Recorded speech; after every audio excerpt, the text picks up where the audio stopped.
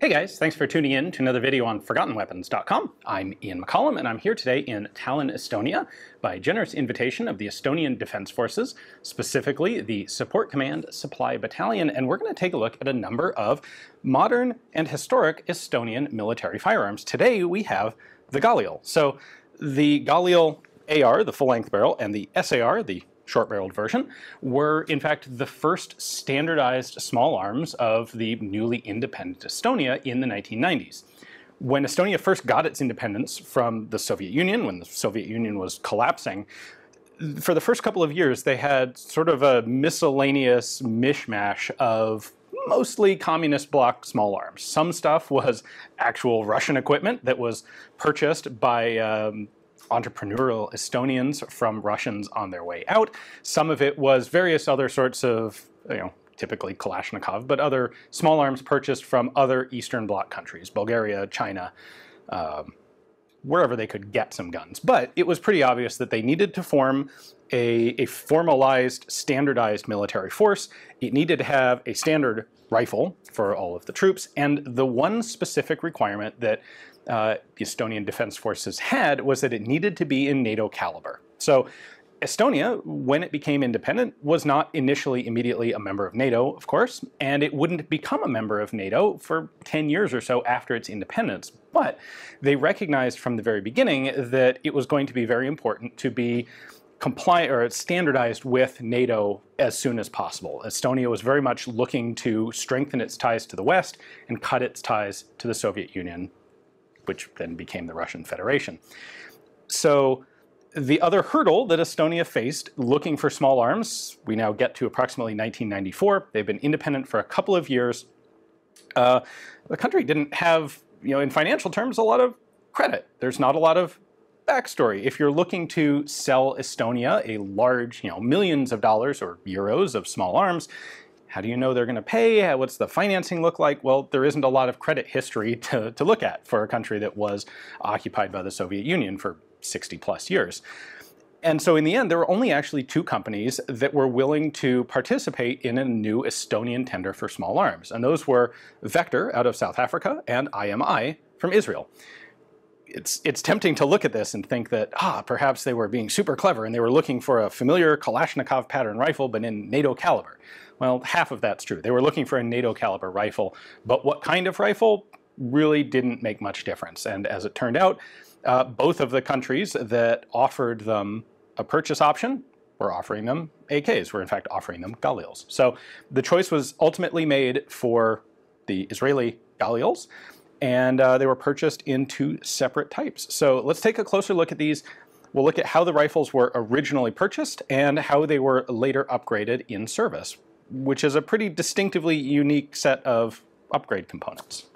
Between 1994 and 1995, Estonia contracted for, paid for, and received about 12,000 Galil rifles from IMI in Israel. Now, the standard common pattern they received was the Galil AR. That's this pattern, full-length rifle, folding stock there. Of course, 5.56 with 35-round magazines. The Estonian Defense Forces did not opt to adopt the 50-round magazine. Like, they got one for testing and decided to just stick with the standard 35s, which I don't really blame them for. The 50s have some niche uses, but they're awfully long, clunky magazines to use. Anyway, the selector markings are totally standard, safe, semi, and full auto, or safe, full auto, and semi.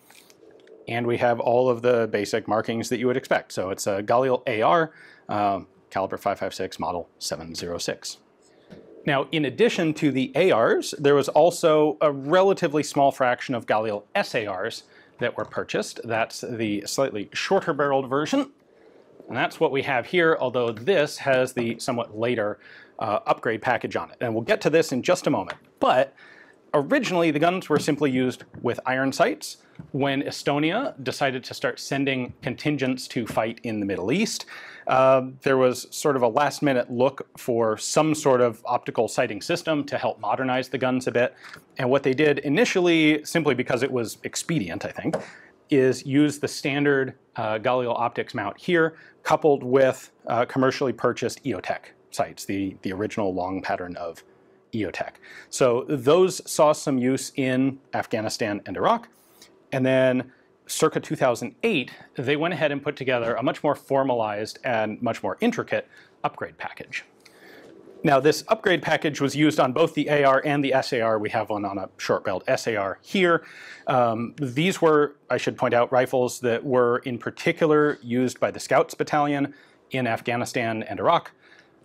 They preferred the short-barreled guns in particular. And then the short-barreled ones also went to sort of the usual suspects of short-barreled variants of service rifles. So military police, special forces guys, sorts of guys, that sort of thing. Anyway, the upgrade package specifically was all procured from Brugger and Tomet. They used an Aimpoint Comp M4 red dot mounted on an aluminum quad rail that attaches to the handguard and gas tube of the rifle.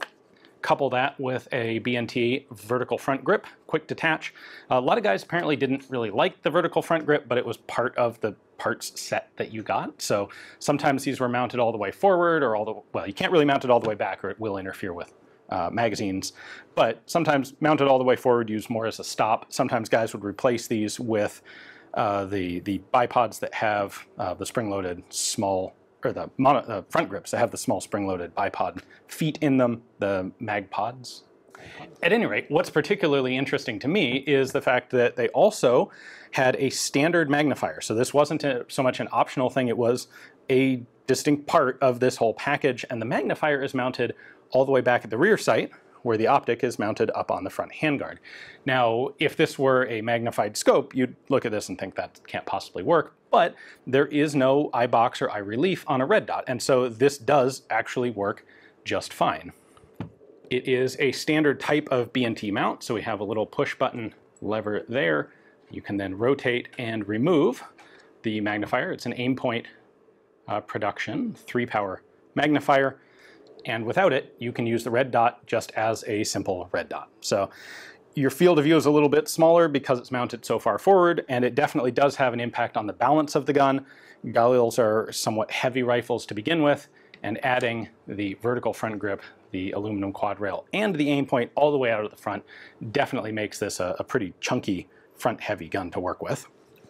And the final part of this modification package was a horizontal charging handle that is bolted onto the regular vertical charging handle, and that's done because of the battery compartment here on the Aimpoint. If you don't have this charging handle extension, you have a very tight fit between the existing charging handle and the optic, and it's like, this may look a little bit goofy, but it is definitely a very practical, very useful addition. So, and these are an alloy part that was manufactured in Estonia. The rest of these upgrade components are B&T, and you can actually see B&T logos on them, as well as the 3 lions of the Estonian national crest and that EST mill marking.